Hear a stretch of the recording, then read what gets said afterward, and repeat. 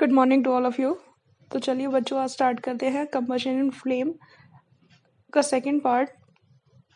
इससे पहले हमने फर्स्ट पार्ट में डिस्कस करा था कि आपका जो कंबशन प्रोसेस है वो क्या होता है। तो कंबशन आपका क्या था कि किसी भी सब्सटेंस को एयर की प्रेजेंस में बर्न करना, उसी को हम क्या बोलते थे, कंबशन बोलते थे। उसके बाद हमने टाइप्स ऑफ कंबशन के बारे में पढ़ा था, that is rapid combustion, spontaneous combustion and explosion combustion. उसके बाद हमने ये पढ़ा था कि किसी भी जो सब्सटेंस है उनको बर्न करने के लिए क्या क्या कंडीशंस आपकी नेसेसरी होती है। लास्ट जो हमने टॉपिक करा था वो हमने करा था about the candle flame. Candle की जो फ्लेम होती है उसका स्ट्रक्चर दिखाया गया था, डायग्राम दिखाया गया था, जिसमें आपको फ्लेम के 3 जोन के बारे में बताया गया था, दैट इज आपका outer zone, middle zone and the inner zone. तो आज उसी चैप्टर का हम सेकंड पार्ट डिस्कस करेंगे, जिसमें हम कुछ कुछ फ्यूल्स के बारे में डिस्कस करेंगे और उनके क्या क्या करेक्टरिस्टिक्स होते हैं उनके बारे में हम डिस्कस करेंगे। तो चलिए स्टार्ट करते हैं आज का हमारा second part combustion and flame का।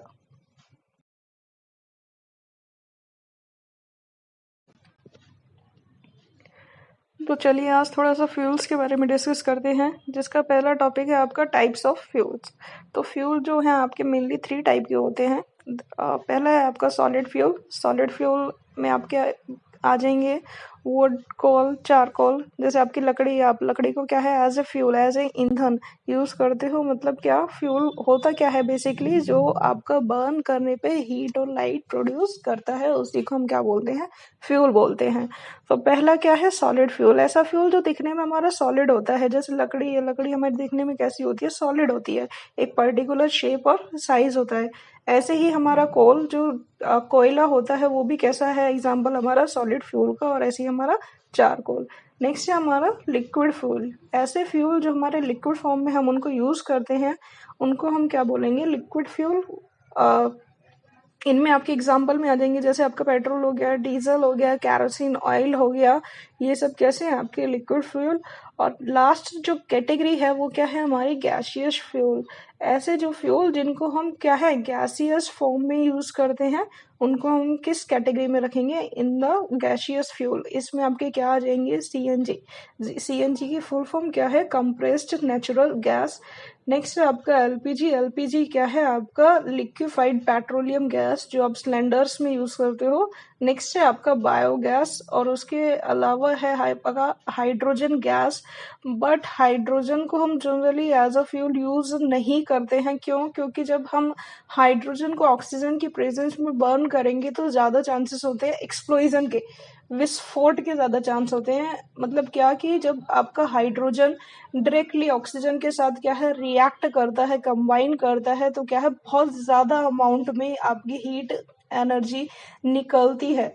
तो जब आपकी ज्यादा अमाउंट में हीट निकलेगी तो वो क्या है आप लोगों के लिए सेफ नहीं है। वो क्या है, बहुत ज्यादा हीट निकलना एक्सप्लोजन का रीजन हो सकता है, इसलिए हम हाइड्रोजन को अवॉइड करते हैं एज ए फ्यूल।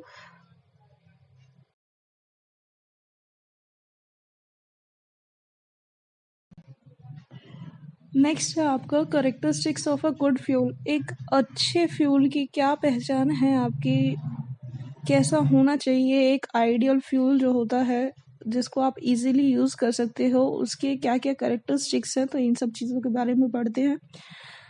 तो इससे पहले एक क्वेश्चन अराइज होता है कि जो आपका गाड़ियों में, आपके ट्रक्स वगैरह में आजकल यूज करने के लिए बोला जाता है कि सीएनजी का यूज ज्यादा बढ़ गया है एज कम्पेयर टू पेट्रोल। तो ऐसा क्यों है? क्योंकि सीएनजी आपकी क्या है, एक गुड फ्यूल है एज कम्पेयर टू पेट्रोल। तो इस वजह से आजकल ज्यादा प्रेफर किया जाता है कि सीएनजी वाले ऑटो यूज करो या सीएनजी वाली गाड़ियां यूज करो। तो ऐसा क्यों है, सीएनजी की ऐसी क्या खासियत है? तो सीएनजी की गुड फ्यूल या किसी भी फ्यूल को अच्छा होने के लिए उसकी कुछ ना कुछ क्या है करेक्टरिस्टिक्स होती रहती है, कुछ ना कुछ उसकी पहचान है। तो इनके बारे में पढ़ते हैं कि एक आइडियल या एक गुड फ्यूल आपका कैसा होना चाहिए। पहला पॉइंट क्या है, it should be readily available. जो आपका एक अच्छा फ्यूल है वो क्या है, इजीली अवेलेबल होना चाहिए। नेक्स्ट क्या है, it should be cheap. Cheap का मतलब सस्ता होना चाहिए, ठीक है, जिससे जो हर कोई उसको अफोर्ड कर सके। जैसे सीएनजी है, सीएनजी का प्राइस कम होता है एज कम्पेयर टू पेट्रोल, तो इस वजह से भी आजकल लोग क्या है सीएनजी को ज़्यादा प्रेफर करते हैं as compare to petrol. Next क्या है, it is easy to store and transport. CNG का जो स्टोरेज है और जो उसको एक जगह से दूसरी जगह ट्रांसपोर्ट करने की जो कैपेसिटी है, जो फैसिलिटी है, वो भी क्या है इजी होनी चाहिए। नेक्स्ट है, it should burn at a moderate rate. वो क्या है आपका एक मीडियम तरीके से, एक मीडियम स्पीड पे क्या है बर्न होना चाहिए। ऐसा नहीं होना चाहिए कि आपका बहुत जल्दी बर्न हो गया और एकदम से एक्सप्लोजन कर दिया फ्यूल ने, या बहुत धीरे धीरे धीरे धीरे बर्न हो रहा है, तो वो बहुत ज़्यादा टाइम कंज्यूमिंग हो जाता है। तो it should burn at a moderate rate. ठीक, नेक्स्ट है, it should produce a large amount of heat. Burn होने पे क्या है, वो क्या है उसको लार्ज अमाउंट ऑफ हीट वो प्रोड्यूस करे।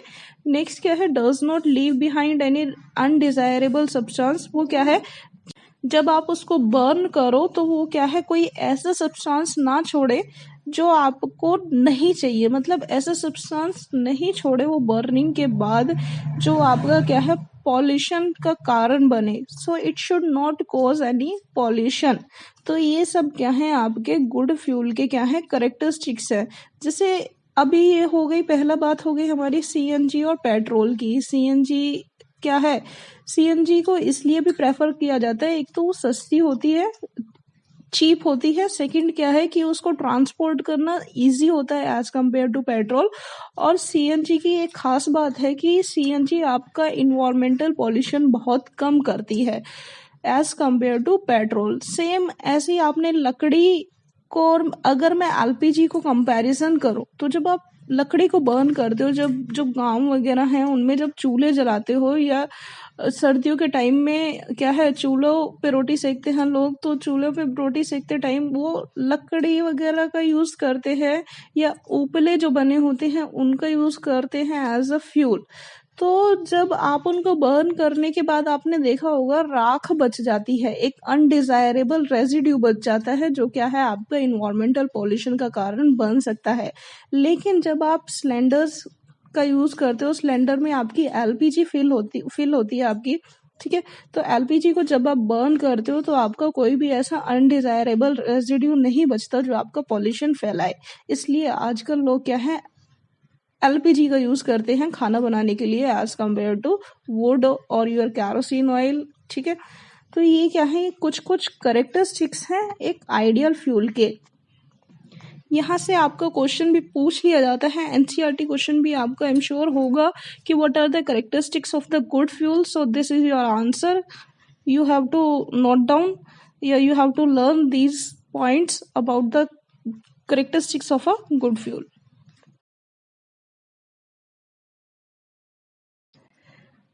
नेक्स्ट है आपका calorific value of a fuel.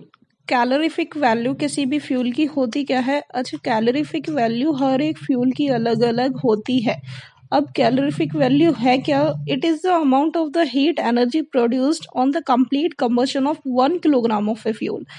मतलब क्या कि आपके पास मान लो 1 किलो लकड़ी है और 1 किलो आपके पास क्या है, मान लो आपके पास 1 किलो कोयला है, तो दोनों को जब आप बर्न करोगे तो दोनों क्या है अपना अलग अलग अमाउंट ऑफ हीट प्रोड्यूस करेंगे। लकड़ी 1 किलो लकड़ी को जब आप बर्न करोगे तो वो 17,000 से 22,000 किलो जूल एनर्जी या किलो जूल हीट प्रोड्यूस करती है, जबकि आपका जो कोयला है वो क्या है 25,000 से 33,000 तक हीट प्रोड्यूस करता है। तो जो भी फ्यूल जितना अमाउंट ऑफ हीट प्रोड्यूस कर रहा है, ठीक है, तो उसी को उसकी क्या बोलेंगे कैलोरीफिक वैल्यू बोलेंगे। कैलोरीफिक वैल्यू को आप किस में एक्सप्रेस करते हो, किलो जूल पर किलोग्राम, किलो या फिर केजी, किलो जूल पर केजी, ठीक है। तो यहाँ पे कुछ कुछ कैलोरीफिक वैल्यू दी गई हैं कुछ कुछ फ्यूल्स की, जैसे काउ डंग केक जो आपके उपले होते हैं वो उनको आप बर्न करोगे, 1 किलो की यहाँ बात हो रही है, ठीक। 1 किलो उपलों को जब आप बर्न करोगे तो यहाँ 6,000 से 1,000 तक वो क्या है हीट एनर्जी प्रोड्यूस करेंगे। ऐसे ही आपका वुड का दिया गया है coal, petrol, kerosene oil, methane, CNG, LPG, biogas and hydrogen. अब यहाँ पे क्या है, सबसे ज्यादा जो कैलोरीफिक वैल्यू है वो किसकी है, आपकी हाइड्रोजन की है। सारे फ्यूल्स में से सबसे ज्यादा हीट कौन सा फ्यूल प्रोड्यूस करता है, आपका हाइड्रोजन गैस प्रोड्यूस करता है। ठीक है, तो यहाँ पे ये कैलोरीफिक वैल्यू की डेफिनेशन का क्वेश्चन बन गया है। और नेक्स्ट आपसे नॉर्मली पूछा जा सकता है कि सबसे ज्यादा या हाईएस्ट कैलोरीफिक वैल्यू किसकी होती है, तो आंसर क्या है आपका, हाइड्रोजन। डन। नेक्स्ट और लास्ट टॉपिक है आपका harmful effect on the environment. अब क्या है कि जो फ्यूल है, जितने भी फ्यूल हैं, ऐसा नहीं है कि हर एक फ्यूल आपके फेवर में वर्क करता है। हर एक फ्यूल क्या है, कुछ ना कुछ इन्वायरमेंट पे आपका इफेक्ट डालता है, कुछ ना कुछ हार्मफुल इफेक्ट उसका इन्वायरमेंट पे पड़ता ही है। तो उनमें से क्या है, पहला क्या है कि जो जैसे fuels like wood, coal, petrol release unburned carbon. जैसे आपका जो लकड़ी है, कोयला है, पेट्रोल है, ये क्या है, अनबर्न्ड कार्बन को क्या है, रिलीज करते हैं, which causes respiratory disease like asthma, जिनकी वजह से क्या है कि जो आपके सांस लेने में प्रॉब्लम होती है और डिसीज हो जाती है कई लोगों में, जिसको बोला जाता है अस्थमा की बीमारी। ठीक है, तो जैसे आपने देखा होगा, वुड को आप जब बर्न करते हो तो क्या है, धुआं निकलता है। कोयले को बर्न करते हो तो धुआं निकलता है। उस धुएं में आपका क्या होता है, अनबर्न्ड कार्बन होता है। और कार्बन का अगर ज्यादा अमाउंट बढ़ जाए इन्वायरमेंट में तो वो हमारे फेवर में नहीं है, वो इन्वायरमेंटल पॉल्यूशन का एक कारण बन सकता है। नेक्स्ट है आपका incomplete combustion of fuels release carbon monoxide which is very poisonous gas which can cause death. जब आपको कोई फ्यूल है वो पूरी तरह से बर्न ना हो, मतलब अगर किसी फ्यूल को बर्न किया जाए ऐसी जगह जहाँ पे ऑक्सीजन का अमाउंट क्या है, इतना ज्यादा अवेलेबल नहीं है जितना उस फ्यूल को बर्न होने के लिए चाहिए, तो वो कौन सी गैस रिलीज होता है, आपकी कार्बन मोनोऑक्साइड गैस रिलीज करता है। और कार्बन मोनोऑक्साइड गैस आपकी एक पॉइजनस गैस है जो आपके अगर लंग्स वगैरह में एंटर कर जाए तो ऑक्सीजन का सप्लाई रोक देती है और ऑक्सीजन का सप्लाई बंद हो जाएगा आपकी बॉडी में, तो क्या है, इंसान की मृत्यु भी हो सकती है। नेक्स्ट है most of the fuels release carbon dioxide gas which causes rise in temperature of the atmosphere. ज्यादातर फ्यूल क्या है, कार्बन डाइऑक्साइड गैस को रिलीज करती है ऑन बर्निंग। और अगर आपका इन्वायरमेंट में कार्बन डाइऑक्साइड गैस का अमाउंट ज्यादा बढ़ जाता है तो वहां पे आपकी एक प्रॉब्लम अराइज होती है जिसको नाम दिया जाता है ग्लोबल वार्मिंग। ग्लोबल वार्मिंग ही क्या है, increase in the amount of carbon dioxide gas in the atmosphere. ठीक, जिसकी वजह से जो एटमॉस्फेयर का टेम्परेचर है वो बढ़ जाता है, मतलब गर्मी बहुत ज्यादा बढ़ जाती है और उसी को बोला जाता है global warming. Next it causes melting of the polar ice, rise in the sea level and flooding of the coastal areas. आपकी अगर गर्मी बहुत ज्यादा हो जाएगी तो जितने भी आपके पोलर एरियाज हैं, ग्लेशियर्स वगैरह हैं, तो वो क्या है, आपके मेल्ट होना स्टार्ट कर देते हैं। और मेल्ट होने के बाद वो पानी आपका क्या है, सी लेवल मतलब समुद्र में बहना स्टार्ट कर देता है, जिसकी वजह से जो सी लेवल है, जो समुद्र का जो सतह है, मतलब समुद्र में जितना अमाउंट ऑफ वाटर है वो क्या है, वो रिक्वायर्ड से ज्यादा बढ़ जाता है, जिसकी वजह से क्या है, बाढ़ वगैरह आ जाती हैं। नेक्स्ट है burning of the coal and petroleum releases oxides of sulphur. Coal और पेट्रोल आपके ऐसे फ्यूल हैं जिनको आप बर्न करते हो तो वो सल्फर के ऑक्साइड्स या नाइट्रोजन के ऑक्साइड्स रिलीज करते हैं, जो आपके जब रेन वाटर के साथ कंबाइन होते हैं, जैसे सल्फर डाइऑक्साइड, नाइट्रोजन डाइऑक्साइड, ये जब आपके रेन वाटर के साथ कंबाइन होते हैं तो आपका एसिड फॉर्म होते हैं। और एसिड के फॉर्म में क्या है, वो जमीन पे गिरते हैं in the form of rain, उसी को बोल दिया जाता है आपका एसिड रेन। और एसिड रेन क्या है, बहुत ज्यादा इफेक्ट डालती है आपके इन्वायरमेंट में। जैसे जो एसिड रेन है वो क्या है, क्रॉप्स को, सॉइल को क्या है, उनकी फर्टिलिटी को डिक्रीज कर देती है, क्रॉप्स के लिए हार्मफुल है। और इवन जो बिल्डिंग वगैरह है उनको भी डैमेज कर देती है। जैसे आपने देखा होगा ताजमहल का रंग क्या है, पीला पड़ता जा रहा है धीरे धीरे, वो किस वजह से है, because of the acid rain. क्योंकि जो आपके ताजमहल जहां बना हुआ है उसके आसपास फैक्ट्रीज भी हैं। अब फैक्ट्रीज हैं तो फैक्ट्रीज में आपका क्या है, फ्यूल यूज होगा ही होगा। बर्न करने के लिए या मशीनों को चलाने के लिए, ठीक है। तो जब वो फ्यूल यूज होता है तो उन फैक्ट्रीज में से क्या है आपका ये जो नाइट्रोजन डाइऑक्साइड और सल्फर डाइऑक्साइड ऐसी ऐसी गैसेस रिलीज होती है जो आपके क्या है रेन वाटर के साथ कंबाइन करके क्या है एसिड फॉर्म करती है, और एसिड की फॉर्म में क्या है वो आपके जमीन पे ग्राउंड पे क्या है फॉल डाउन करती है, जिसकी वजह से जो वो क्या है बिल्डिंग्स वगैरह पे आपका इफेक्ट डालता है। तो ये कुछ कुछ हार्मफुल इफेक्ट हैं आपके किसके फ्यूल के। तो यहाँ पे आपका चैप्टर खत्म होता है combustion and flame. In videos को ध्यान से देखना और इनमें जो भी आपके कीवर्ड्स आए हैं या जो भी आपकी डेफिनेशंस आई हैं उनको आप नोट डाउन करना नोटबुक में, जैसे characteristics of a good fuel, conditions necessary for the combustion, rapid combustion, spontaneous combustion, structure of the candle flame। तो ये कुछ कुछ टर्म्स है जो आपको लर्न करनी है।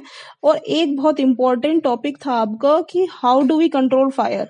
आप फायर को कैसे कंट्रोल कर सकते हो उसका रीजन भी आपकी स्लाइड्स में दिया हुआ है, तो वो आप ध्यान से देखना और उन टॉपिक्स को आप रीड आउट करना। जैसे आप इन टॉपिक्स को ध्यान से पढ़ लोगे आपका ऑलमोस्ट पूरा का पूरा चैप्टर आपका कवर हो जाता है विद एनसीईआरटी क्वेश्चंस। ठीक है, टिल देन पढ़ाई करते रहेंगे and thank you so much.